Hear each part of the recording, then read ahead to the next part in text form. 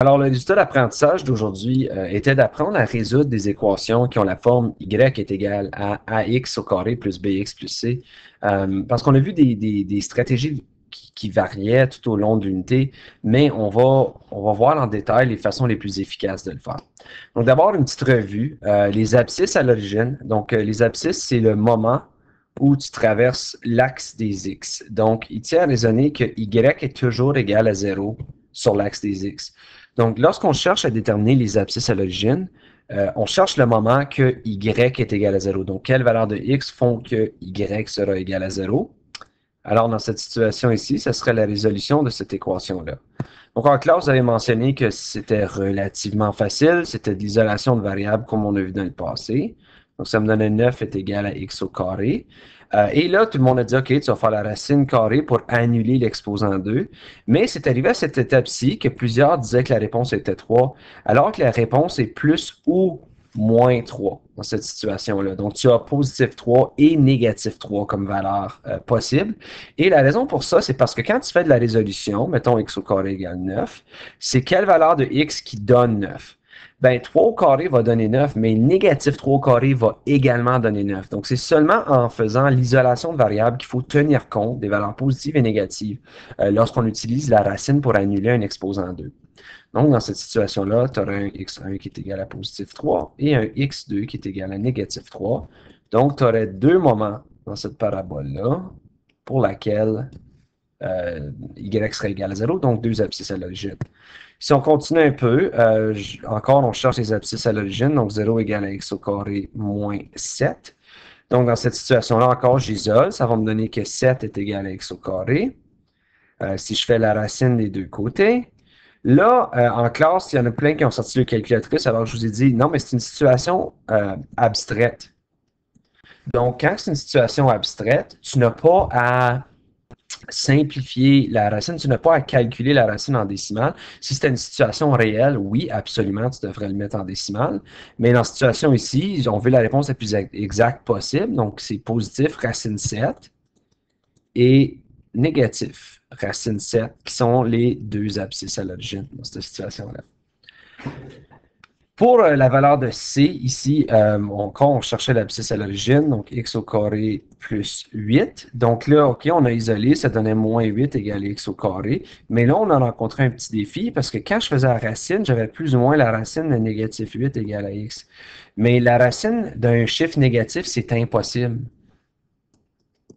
Donc, il n'y a aucune solution dans cette situation ici. Là, si vous vous demandez à quoi ça a l'air, on se souvient que l'abscisse à l'origine, c'est le moment où tu traverses l'axe des x, mais x au carré plus 8, si vous vous souvenez bien, ça veut dire que je commencerai à 8, ma parabole montrerait. Donc, il n'y a vraiment aucun moment où ce que je vais exister pour y lorsque je suis plus bas que 8. 8, c'est la valeur minimale d'y dans cette équation-là. Donc, ça arrive aussi que tu peux n'avoir aucune solution dans certains problèmes. Là, la résolution ne fonctionne pas seulement pour les abscisses à l'origine. On l'a aussi utilisé pour résoudre une situation comme ça. Donc, x au carré moins 12 est égal à négatif 8. Donc, tu la traites exactement de la même façon que si tu avais une situation d'abscisse à l'origine. Donc, ça me donnerait que x au carré égale 4. Je fais la racine des deux côtés. X serait donc égal à plus ou moins 2. Donc, relativement facile à date. Là où est-ce qu'on rencontre des défis, c'est ici. Parce que là, ouf, j'ai deux x à isoler. C'est clair que l'isolation de variables fonctionne dans cette situation-là. Et on a vu dans les unités précédentes qu'on pourrait convertir à canonique et isoler, mais c'est très long, très pénible et très facile à faire des erreurs. Donc, il doit y avoir une manière plus vite de le faire. Et oui, il y a une manière plus vite de le faire. Et pour que vous compreniez comment ça fonctionne, on n'oublie pas qu'on cherche les abscisses à l'origine. Les abscisses, c'est lorsque ton y égale 0. Donc, en principe, ce qu'on cherche à résoudre dans cette situation ici, c'est ceci. C'est 0 égale à x au carré plus 5x plus 6. Donc, faut que tu te mettre dans la mentalité, OK, c'est quoi les façons les plus faciles d'avoir 0? C'est avec une multiplication. 0 fois n'importe quoi est toujours égal à 0. Donc, 0 fois 2, c'est 0. 0 fois 4, c'est 0. Oh, voyons, mon stylo a juste lâché. Là. 0 fois 4, c'est 0, etc. Donc, si je pouvais convertir ceci dans une multiplication, je pourrais trouver les valeurs qui donnent 0 dans la multiplication. Fait qu'on va factoriser, ce qui est ce qu'on a vu dans les dernières leçons, et vous allez voir comment est-ce que ça peut devenir utile. Donc, premièrement, si je veux factoriser ici, je vois que le A est simplement 1, donc je peux utiliser produit somme ou les nombres magiques pour m'aider et le faire relativement facilement. Donc, deux chiffres multipliés ensemble pour donner 1 fois 6 qui est 6, que si je les additionne me donne 5. Donc, je pense que vous voyez que c'est 3 fois 2 et 3 plus 2. Donc, je peux réécrire cette expression-là comme x plus 3 fois x plus 2. Donc là, remarquez, là, entre les deux parenthèses, c'est une multiplication. Donc, pourvu qu'un des deux scénarios est 0, toute la réponse va être 0. Donc, je vais regarder chaque scénario individuellement pour vérifier quand est-ce que chaque scénario va donner 0. Donc, scénario 1, si lui est 0, si x plus 3 est égal à 0, toute l'affaire est 0 parce que c'est une multiplication. 0 fois n'importe quoi, c'est 0. Et scénario 2, si x plus 2 était égal à 0, 0 fois n'importe quoi donne 0. Donc, on va vérifier quelle valeur de x donnerait 0. Bien là, ici, je pourrais faire moins 3. Ce qui me donne que quand x est moins 3, cette parenthèse-là est 0. Donc, 0 fois n'importe quoi va donner 0. Et de ce côté-là, moins 2. Donc, j'ai mes deux réponses possibles. Si mon x1, ce serait moins 3 et mon x2, ce serait moins 2. Donc, quand que x est égal à moins 3, toute l'affaire est égale à 0. Et quand x est égal à moins 2, toute l'affaire est égale à 0. Si vous ne me croyez pas, on peut toujours faire la vérification. Hein? On a dit y était égal à x au carré plus 5x plus 6. Donc, je pourrais remplacer mon x par moins 3 puis voir ce que ça donne.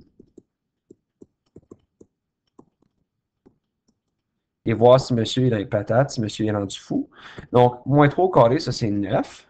5 fois négatif 3, c'est moins 15, plus 6. Donc, vous allez voir que ceci, ça donne 0. Donc, effectivement, faire la factorisation me permet de le mettre dans une situation où c'est une multiplication et j'ai simplement besoin de regarder à chaque scénario individuellement pour être capable de résoudre. Donc, c'est pas nécessairement une situation qui est toujours facile, par contre. Parce que vous allez remarquer que ce truc-là, la multiplication, fonctionne seulement quand je suis égal à 0. Amène problème ici, je ne suis pas égal à 0. Mais ça ne veut pas dire que je ne peux pas résoudre ce problème avec la factorisation. Tout ce que j'ai à faire, c'est m'assurer de réécrire l'équation sous forme d'égal à 0. Donc, regardez, c'est la même situation parce que j'ai fait le moins 15 des deux côtés. Donc, pour trouver quand est-ce que ça, c'est égal à 15, ben, c'est la même situation que trouver quand est-ce que ça, c'est égal à 0. C'est la même chose. Donc, je vais essayer d'utiliser la factorisation pour m'aider. Donc, deux chiffres qui se multiplient ensemble. Si vous n'êtes pas certain, vous pouvez toujours aller chercher votre calculatrice. Bon, moi, il faut que je la tape un peu. Désolé du délai. Donc, si je vais chercher ma calculatrice, alors ça va être 6 fois négatif 15. Bon, ça va juste être un négatif. Donc, négatif 90. Puis, si je les additionne ensemble, ça doit donner négatif 9. Bien, dans ce cas ici, c'est relativement facile parce que c'était aussi les calculs du A et du C. Donc, moins 15 et plus 6. Donc, je suis en train de trouver un nombre magique pour factoriser ceci. Alors là, j'ai 6x au carré plus 6x plus négatif 15x. Moins 15. Je vais mettre mes parenthèses. Alors, je vois que dans la première parenthèse, je peux sortir 6x, il va me rester x plus 1. Dans la deuxième, je peux sortir moins 15, il va me rester x plus 1. Donc là, je vois que ça va me donner x plus 1 fois 6x moins 15. Là, le 6x moins 15, je vois que j'ai quand même un facteur commun de 3 qui peut être sorti. Donc, il va me rester 2x moins 5. Alors là, encore, j'ai réécrit mon équation dans sa forme factorisée, qui est une multiplication. Parce que pourvu que un de ces trois scénarios ici soit 0, toute l'affaire est 0.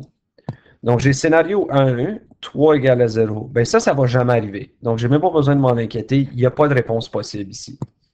Je regarde scénario 2, x plus 1 égale 0.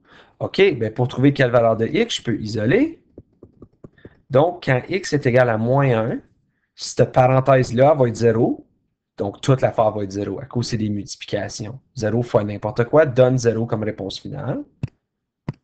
Et ce scénario ici, encore une fois, je vais pouvoir l'isoler. Donc, plus 5. Donc, j'ai 2x égale 5. Alors, x égale 5 demi, c'est la deuxième réponse possible. Alors, quand je reviens au début, 6x au carré moins 9x va être égal à 15 lorsque x est moins 1 et lorsque x est 5 demi. Puis tu pourrais aussi le remplacer. Si x est moins 1, ben, moins 1 au carré, c'est plus 1, donc ça va être 6. Puis 9 fois moins 1, ça donne moins 9, qui va être moins 9. Donc 6 plus 9, qui est quand même 15. Donc tu pourrais faire la vérification. Effectivement, ça fonctionne. Si on continue encore une fois, ici, je vais résoudre quand est-ce que 8x moins 3 égale à 5x au carré. Encore, on vous l'a mentionné, quand tu veux résoudre une équation de second degré, fais certain que tu es toujours égal à 0. Donc, fais les étapes nécessaires pour que ceci soit égal à 0 tout en respectant le scénario. Donc, c'est la même chose que dire ceci. Alors, OK, je vais chercher mes nombres magiques. Les chiffres multipliés ensemble pour donner 15. Si je les additionne ensemble, ça me donne moins 8. Alors, je vois que ça va être moins 5 et moins 3. Donc là, OK, j'ai 5x au carré, moins 5x, plus négatif 3x, plus 3. Je mets mes parenthèses. Je vais sortir 5x en commun, il va me rester x moins 1. Je vais sortir moins 3 en commun, il va me rester x moins 1. Alors, la forme factorisée, c'est x moins 1 fois 5x moins 3. Puis là, je n'ai plus rien à factoriser en commun, donc je regarde chaque scénario séparément. Parce que c'est une multiplication, donc pourvu qu'un des scénarios est 0, tout est 0. Donc, je check scénario 1. Ça va être 0 lorsque x est égal à 1. Donc, ça, c'est une de mes réponses. Oh, je voulais le rouge, pardon. Et ceci, ça va être 0 lorsque 5x moins 3 égale 0. Donc, ça va être lorsque... Oh, je fais plus 3 des deux côtés. Alors, ma deuxième réponse, c'est x est égal à 3 cinquièmes. Donc, si x est 1 ou x est 3 cinquièmes, ces deux côtés-là de l'égal vont être égales. Donc, en général, c'est tout ce que vous avez à tenir compte. Ceci met fin à la leçon d'aujourd'hui. Mais si vous avez des questions, n'hésitez pas à communiquer avec moi.